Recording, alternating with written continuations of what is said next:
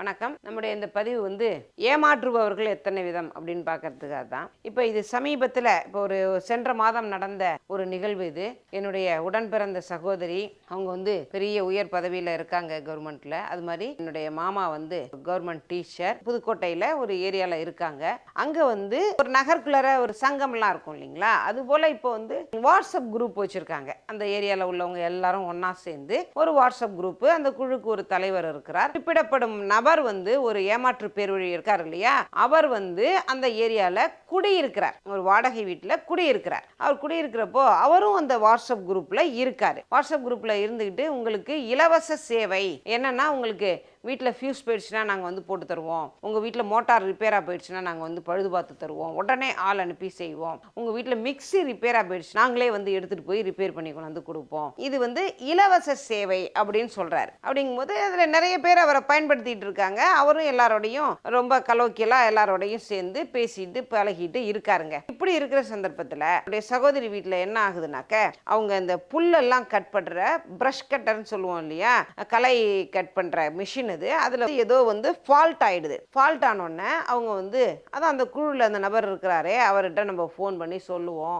Repair பண்றதுக்கு ஆள் கொண்டு வருவாங்க அப்படின்னு சொன்னோடனே சரின்னு அவங்க அந்த அந்த நபர்கிட்ட தொடர்பு கொண்டு இந்த மாதிரி சொல்றாங்க, குழுல போடுறாங்க, எங்களுடைய பிரஷ் கட்டர் ரிப்பேர் ஆயிடுச்சு, இதை சரி செய்து தர முடியுமா அப்படின்னு கேட்டோன்னே அடுத்த ½ அன் ஹவர்ல ஒரு ஆள் நிக்கிறாரு, அதை சரி பண்ணி கொடுத்துறாரு. அதோட ஒரு அறிமுகம் ஏற்படுகிறது. இவங்களோட அறிமுகம் முதல் நாள் நடக்கிறது.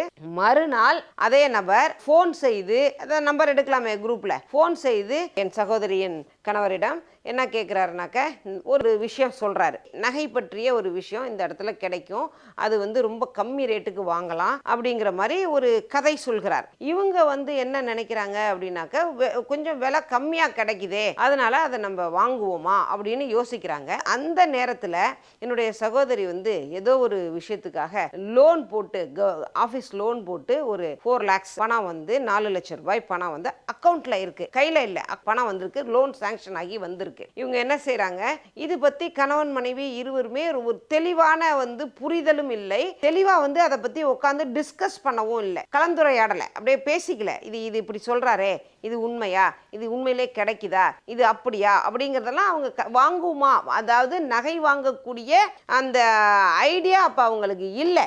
ஆனா இவர் சொன்ன உடனேயே இவங்க கலந்து பேசிக்காம இவங்க இரவு தூங்கிடுறாங்க. காலையில விடிய காலம்பரை ஒரு 6 மணிக்கெல்லாம் 5:50 6 மணிக்கெல்லாம் காலிங் பெல் சத்தம் கேட்குது. இவங்க எந்திரிச்சு போய் என்ன செய்யறாரு, மாமா போய் கதவை திறக்கிறாரு. கதவை திறந்தோடனே அந்த நபர், அந்த ஏமாற்று பேர்வழி வாசல்ல நிக்கிறான். நின்னோடனே என்ன இவ்வளோ காலையில வந்துட்டீங்களே அப்படின்னு சொன்னோன்னே, நீங்க சரியா மேடத்திட்ட சொன்னீங்களா என்னன்னு தெரியல, நான் எடுத்து எக்ஸ்பிளைன் பண்ணி சொன்னேன்னா நகைன்னா அவங்க ஆசைப்படுவாங்க, அதை நான் சொல்லி விளக்கி சொல்லலான்னு காலையிலே வந்துட்டேன் அப்படிங்கிற ஒரு வார்த்தையை வைத்துக்கொண்டு என்னுடைய சகோதரி தூங்கிட்டு இருக்காங்க, உள்ள ரூம்குள்ள தூங்கிட்டு இருக்காங்க.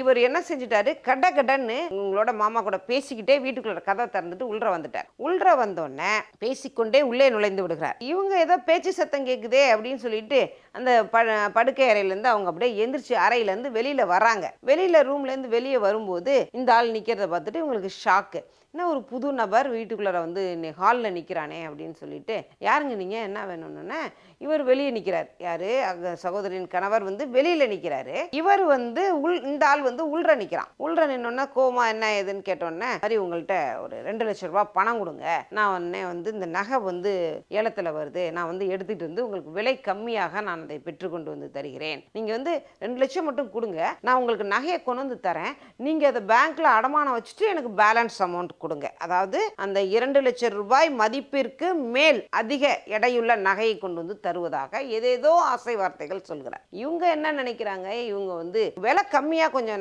நகை விலை ஏறிக்கிட்டே போறது உங்களுக்கு தெரியும் இல்லையா, தங்கம் விலை, அதுல நகை விலை கம்மியா சொல்றாரு, அதுவும் அவர் சொல்கிற ரீசன் கரெக்டா இருக்கே, சரி அப்படின்னு சொல்லிட்டு அதை யோசிப்பதற்கெல்லாம் அவர் நேரம் கொடுக்காமல் இவர் என்ன செய்யறாரு, பணம் கொடுங்கன்னு சொன்னோன்னே இவங்க சொல்கிறாங்க, பணம் இப்போ இல்லைங்க கையில், நான் பேங்க் போய் தான் நான் 10 மணிக்கு மேலே தான் எடுத்து தரணும், 10 மணிக்கு மேலே தரேன்னு சொல்கிறாங்க. ஆனால் அவர் பரவாயில்லைங்க, நீங்கள் செக்கு கூட கொடுங்க, நான் பார்த்துக்கிறேன் அப்படின்னு சொல்லவும் இவங்க யோசிக்க விடலை.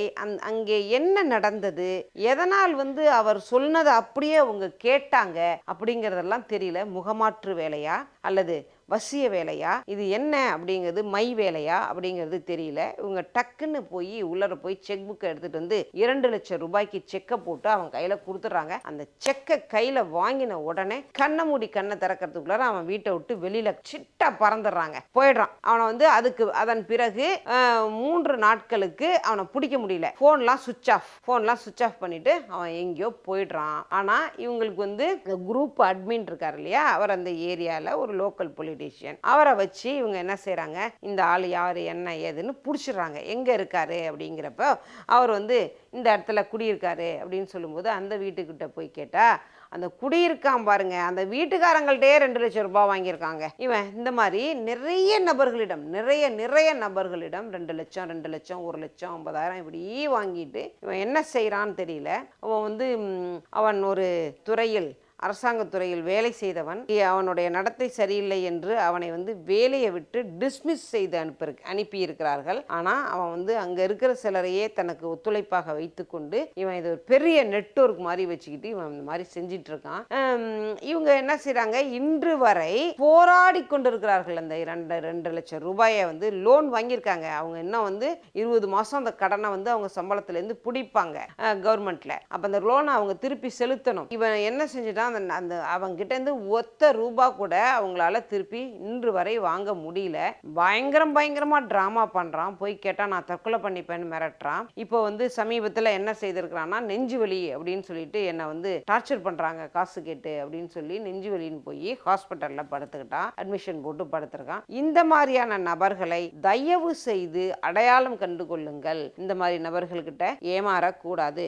இந்த நிகழ்வுல நம்ம கேட்கக்கூடிய கேள்விகள் என்ன அப்படின்னா, நான் கேட்டது அவங்கக்கிட்ட, சரி பொதுவாக ஒரு நகை எப்படி வாங்குவோம், கடைக்கு போவோம், டிசைன்ஸ் பார்ப்போம், வெயிட் போடுவோம், நமக்கு பிடிச்ச டிசைன் எடுப்போம், வெயிட் போடுவோம், எவ்வளோ வெயிட் இருக்குது, இதுக்கு எவ்வளோ என்ன கிராம் என்ன விலை, கூலி சேதாரம் எவ்வளோ, இதெல்லாம் போட்டு நகை கடைக்காரங்க ஒரு தொகையை சொல்லுவாங்க. நம்ம அதில் உட்காந்து பேரம் பேசுவோம். கூலியை குறைப்பா, சேதாரத்தை குறைப்பா, சேதாரம் என்ன எங்கிட்டே கொடுக்குற, எதுக்கு இவ்வளோ % சேதாரம் போடுற, கொஞ்சம் கம்மி பண்ணி போடு, அப்படி இப்படின்னு பேரம் பேசி ஒரு 4 பவுன் நகை வாங்குறோம் அப்படின்னா அட்லீஸ்ட் ஒரு 10,000ஆவது நம்ம போராடி குறைக்கலாம். பார்கெயின் பண்ணுவோம். நம்ம கடையில் குறைச்சி நம்ம வந்து அப்படிதான் பேசி நம்ம நகை வாங்குவோம். ஆனால் இவங்க வந்து எந்த இடத்துல எதை ஏன் யோசிக்கல, என்ன சொல்கிறாங்க அப்படின்னாக்க, அவன் ஏர்லி மார்னிங் வந்து போட்டு அப்படியே இது பண்ணும்போது, நான் இப்போ போகணும் 10 மணிக்கு ஏலத்துக்கு வரும் நகை, அதை நான் போய் எடுக்கணும் அப்படிலாம் சொன்னோன்னா, இது என்னன்னே புரியாமல், ஒரு தெளிவான சிந்தனை இல்லாமல் அவங்க இருவருமே அரசாங்கத்தில் பணிபுரிபவர்கள், அரசாங்க பணியில் இருப்பவர்கள்,